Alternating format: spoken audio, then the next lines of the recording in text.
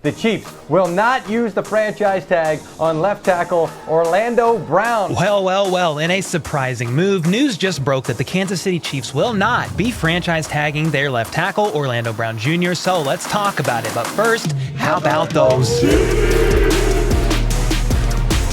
All right, guys, well, here I was just minding my own business, also looking at Twitter nonstop, waiting for breaking news because I knew by tomorrow, March 7th, end of day, the Chiefs were going to have to franchise tag somebody, and I thought it would potentially be left tackle Orlando Brown Jr. Well, Ian Rappaport was the first to break some surprising news. 1:30 p.m. today, he said, source, the Chiefs are not tagging offensive tackle Orlando Brown Jr. Then Jeremy Fowler followed up by reporting in a surprise tweet, the Chiefs will not be franchise tagging left tackle Orlando Brown per source. He's set to become a free agent March 13th. The player has been notified. So yeah, they can still work out a long-term deal with Orlando, but the tag number was just too high for the Chiefs to justify tagging him. If they were to tag Orlando Brown Jr. for the second year in a row, his price would have been 120% of his last year's tag, which was, I think it was $16.67 million, and that would make this year's cap hit of Orlando on the tag just over $20 million.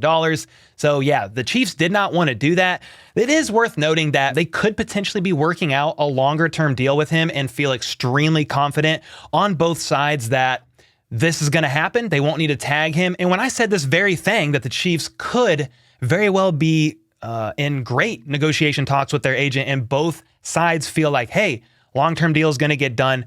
Let's not bother tagging him. Seth Kaiser actually quote tweeted me saying, this is quite accurate. Thanks, Seth. That guy's a freaking legend. But Locked On Chiefs, those are guys that I really do respect over there as well. They said, I actually see it the other way. Another comment here said, perhaps they were worried tagging him would throw a wrench in the negotiation of a long-term deal. So we'll just have to wait and see, but it could be going a couple different ways here. Some are saying Chiefs are going to let him walk, or they're comfortable with letting him walk, rather, if they don't get to a number that the Chiefs are happy with.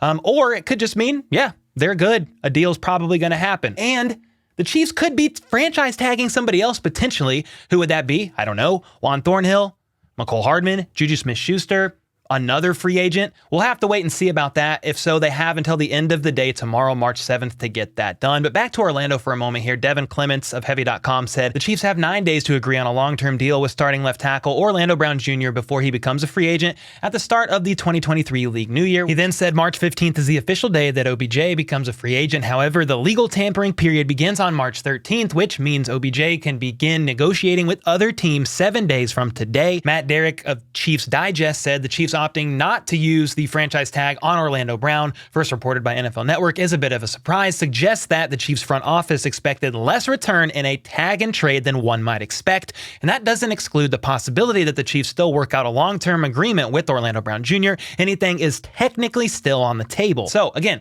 could mean a couple things. He's about to sign a long-term deal with the Chiefs, or the Chiefs have other plans at the left tackle position. Could that be a trade?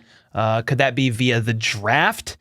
This is a very interesting development, in my opinion. And then again, I already noted this, but they could franchise tag somebody else. We'll have to see who that is going to be, what their plans are. And remember, last year, the Chiefs offered Orlando Brown Jr. a 6-year or so deal, but the average per year was around $18 million. So I think that's what the Chiefs still value him. I mean, they don't obviously value him at $20 million because they said, we're not doing it. That is too high. So if the Chiefs are going to offer Orlando a deal, I would expect that it's under $20 million per year average, or if it's close, that cap hit this year will not be near the $20 million mark. And here's another one. Zach Eisen said, my feeling is the Chiefs called around / talked to the combine to shop Orlando. Teams weren't willing to pay Orlando what he was asking for, thus eliminating the possibility of a tag and trade. Now, instead of the Chiefs having a $20 million cap hit looming all offseason, they set a deadline to get a deal done and sent a message saying they are comfortable with him walking. I think Veach and company had a hard line they weren't willing to go over, and that's a great move on their end. Don't overpay because of sunk costs. And,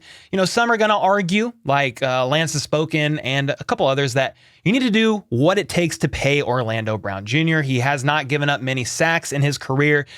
with the Chiefs. He also hasn't played left tackle for very long and is only 26 years old and has higher potential upside. Others are saying, man, Orlando Brown Jr. gave up a ton of pressures last year. And yeah, he didn't give up any sacks in the Super Bowl, but that field was as slippery as ice. You can see all kinds of clips of the Eagles pass rush just falling over time and time again. And then, yeah, he gave up a lot of pressures, not a lot of sacks, but dude, Patrick Mahomes is the best, if not top 3 best QB in the NFL of pressure to sack ratio percentage, however that terminology goes. Basically, the amount of pressures that Patrick Mahomes gets, he is one of the best QBs at evading and avoiding sacks, whether that's scrambling out of the pocket, stepping up into the pocket, throwing the ball away strategically, or just extending the play per usual and making magic happen. That's why he is Patrick Magic Mahomes, however that nickname goes. That's a couple reasons why I think Orlando's stats look better. Now, would I be upset or mad if the Chiefs got a long-term deal done with Orlando? No, but it is clear via multiple reports here that the Chiefs have a hard line on where they want to go price-wise with Orlando.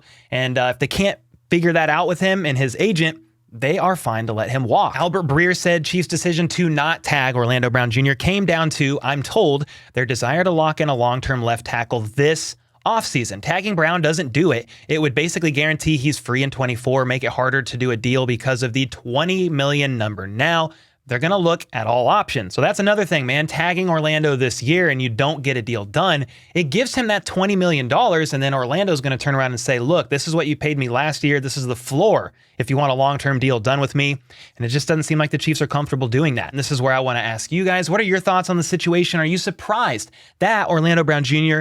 did not get franchise tagged? And then give me your thoughts, even though this could happen today or tomorrow. Give me your thoughts on who the Chiefs could potentially franchise tag, since it's more than likely, reportedly, so 99% sure here, that it's not going to be Orlando Brown Jr. since they've already notified the player that they are not doing so. You got to let me know all this in the comments down below. And until next time, let's go. Let's freaking go. How about those?